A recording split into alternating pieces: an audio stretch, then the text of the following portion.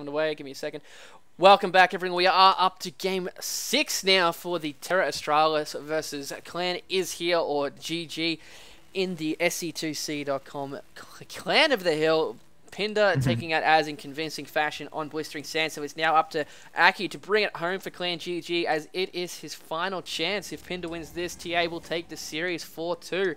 And I do have here in Skype with me Sif from the 2bh.org forums, and we also have clan leader for GG, Miz. So, Miz, how you feeling? Confident?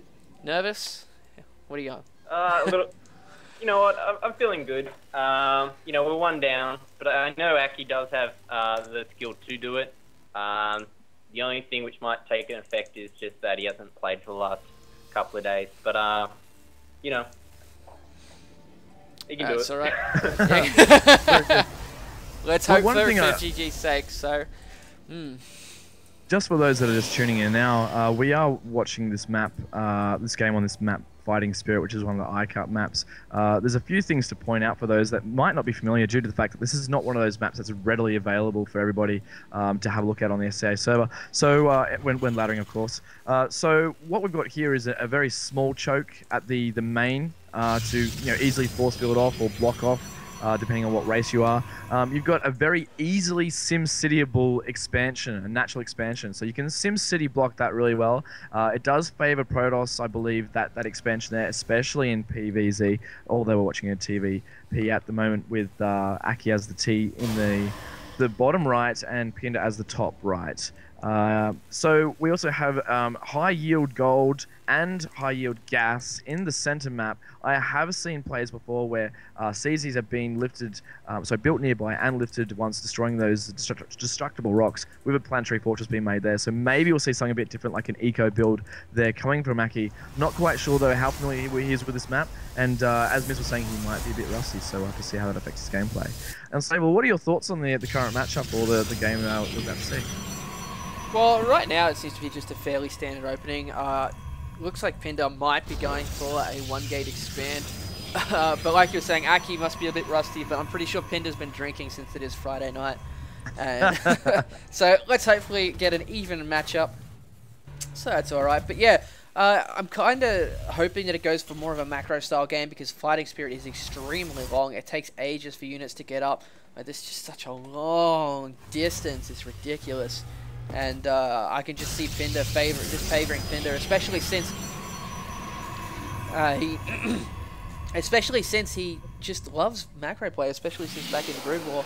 But whoa, hang on, no, it's not a fast expand. He's got double gas. How did I not see that before?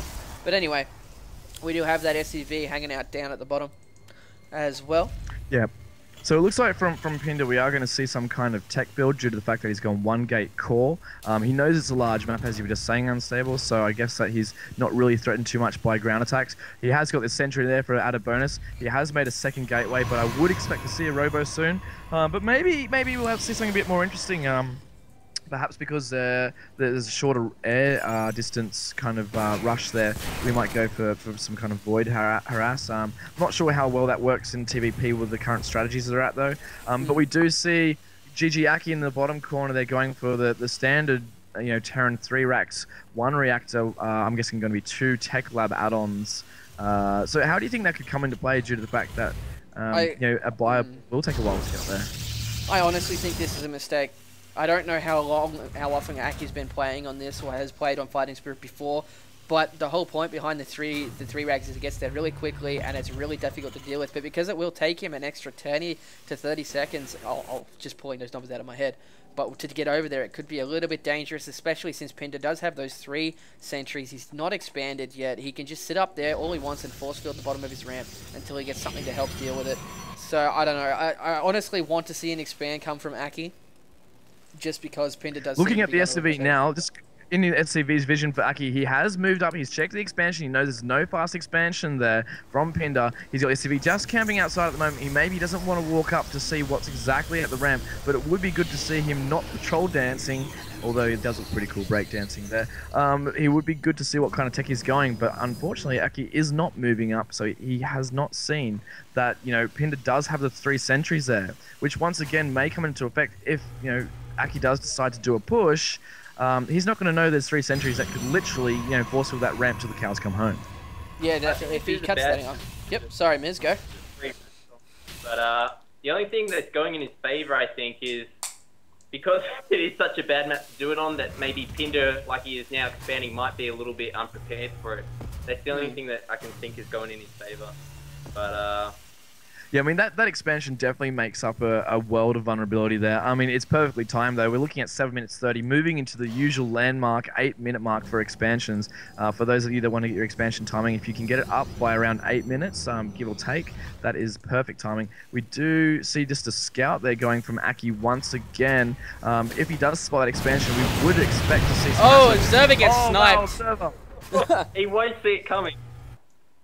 That was huge. That turret definitely stopped any kind of vision from Pinder there, being able to see that bio ball massing up quite heavily. We're at 64 supply now for GGakky, and we're looking at an army size of about 1,550 minerals, as opposed to 57 for Pinder, outweighed in his army size by about 33%. And here comes the push, the mighty stim timing attack. He's got a bunch of Marines there. I mean, I'm counting probably about 12 Marines, and we're looking at, oh wow, there's about 10 Marauders there too. We do now, though, have a observer there following from Pinder, so he's able to see this attack. He does have a nice spread, Pinder does, in his natural expansion of the sentry, so he's going to be able to Guardian Shield, he's going to be able to force field, but I'm not quite sure if he's seen that bunker being made at the moment. He knows he hasn't got enough, so Pinder's holding off. But we do have an attack now going in. Marines and Marauders stimming. They're losing a bit of help, but the force is actually working in their favour. They will be able to block off temporarily this attack, so it allows Pinder to get some more reinforcements in, and that stim without medivacs does a lot of damage across all his units. Unable to make it most effective of that, but bunker coming down now. It looks like we'll be moving to a bit of contained for GGakky, but the thing is, he hasn't got an expansion online, so he will fall behind in economy if he doesn't manage to get this attack pumping and moving forward. Yeah, I think he's just going to try and bunker crawl a bit. Oh, there goes another stim. That's a second stim, and great force fields by Pinder. He's just chewing out this army a little bit at a time, not panicking, pulling back.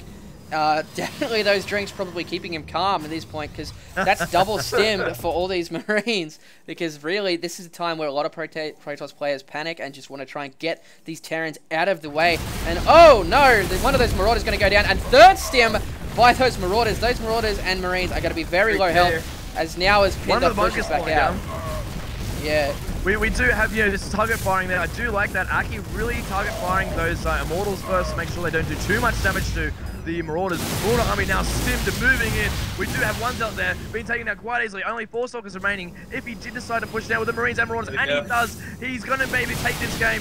He might be able to do it, but now we have 3 zealots more walked in. They're going to be slowed down. They're going to be meat shielding. The Stalkers weren't in the best position there to return fire. Unfortunately, now we've got 1 Immortal and 3 Stalkers. Stalkers dropping like flies. We do have now attacks. We've got the Nexus expansion being taken down. Another stim.